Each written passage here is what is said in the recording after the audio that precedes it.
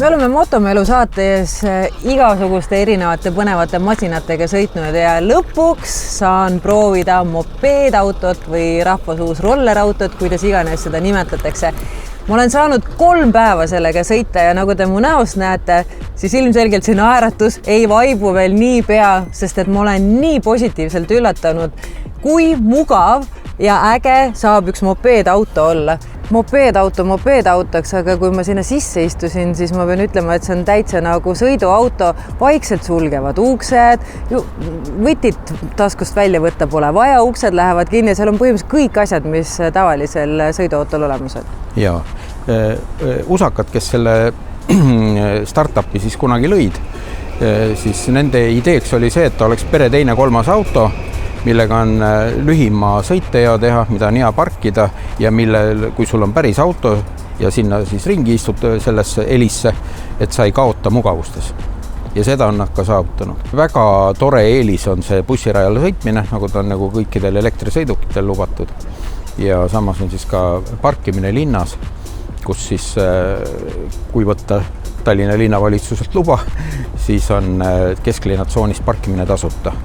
Ja muidugi sellele parkimisele annab just see 2.25 pikkust annab erilise mõõtme, sest teda on jube lihtne parkida igale poole. Kui sul on ükskõik millise sõiduki juhtimisõigus, siis sul ei ole vaja eraldi AM-kategooriat. Alates 14-aastaselt, kui laps saab täna 14 aastat vanaks, siis ta saab taodelda endale AM-kategooriat ehk siis mopeedi juhtimisõigust. Ja siis ta võib hakata ka mopeediga sõitma. Seal muidugi eeldus on jällegi all see, et sul ei ole varasemaid liiklusrikkumisi, joobes juhtimisi, kiiruse ületamisi, ehk siis ise pead olema ikkagi korrektne ja viisakas liikleja. Neid on 2 põlvkonda. Kui eelmisega oli see nagu elektriautol tavaliselt, et on lubatud 100 kilomeetrit, siis ütleme reaalne, kui ilma punnitama ei hakanud ja siis oli mingisugune 60-65 kilomeetrit. Sellel on siis 100 lubatud ja 100 sõidab. Ja nägin ka USAs tehtud katsete tulemusi, Floridas nad katsetasid, okei, seal oli soe, aga seal ta sai siis 123 kilomeetrit.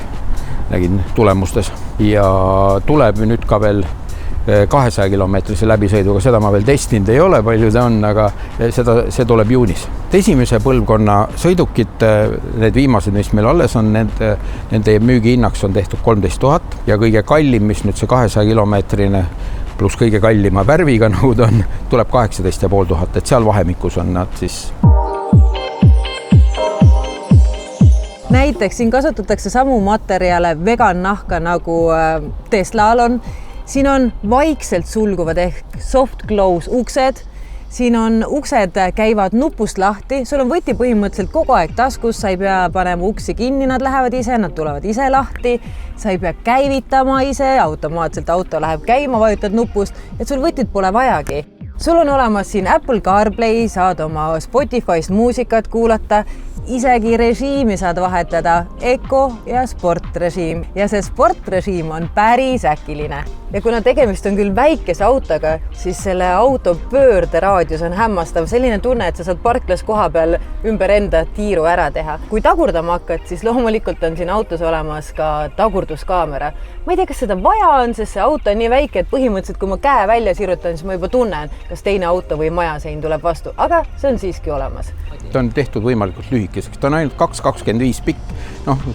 Tavalised autod kipuvad olema 5 meetri tuuri. Väljast tõesti paistab väike välja, aga tegelikult kahekesti sees istudes oli ruumi, seal ikka oma jagu. Ja 2 minusugust mahuvad ka hästi ära. Et Motoexotica messil olime väljas ja siis seal käisid 2 145 kilost meest. Ütlesid, kas nemad ka sinna sisse mahud. Ma ütlesin, proovime. Mahtus uskumatu. Palju on räägitud ka sellest, et see ei ole nüüd kõige turvalisem sõiduvahend, aga samas jälle uudistest ei ole ka näha olnud, et ülemäära palju või üldse ma kuulnud oleks, et õnnetus juhtuks. Ma usun, et rohkem tekitavad probleemi noored, kes sõidavad 200 hobujõulise BMW-ga, et see on palju ohtlikum. Sest see auto kaalub ainult 600 kilo ja tema maksimumkiirus on 45 ja olen isiklikult seda meelt, et kuigi diisel mopeedautot on väga lihtne kiiremaks tuunida, siis see on saatanast täiesti. Sellega tehakse need autod ohtlikuks endale ja teistele. No ma arvan, et on silma jäänud tegelikult paljudele meie liiklejatest on ju, ka samamoodi politseile, just ennekõike seetõttu, et on see kiirus on suhteliselt aeglane on ju, ja pahatihti on ka seal taga siis mingid ummikud, mis siis võib-olla tekitavad mingit närvilist möödasõitu. Aga neid on linnapildis näha ja ka maanteel ja nad on tulnud, et siis jääda ka. Kas nad pigem tekitavad probleeme ja peavalu? No kui ma vaatan liiklusõnnetuse statistikat, siis ega tegelikult ei tekita. Ma mõtlesin hullemat muidugi ja võib-olla ka inimeste tunnetus on selline, et nendega juhtub asju rohkem, aga kui ma vaatasin siis numbreid, siis eelmine aasta oli 2 õnnetust mopeedautodega, üle-eelmine aasta oli 9 õnnetust. Ehk siis 11 õnnetust 2 aasta peale, no seda ei ole väga palju tegelikult, arvestades kogu muude liiklusõnnetuste juhtumitega. Kus seda proovida saab, sest ma arvan, et me ei suuda seda vaimustust siin võib-olla teleekraanil nii kergesti nagu üle tuua, et ma arvan, see proovisõit annab selle tõelise vau-elemendi. Annab.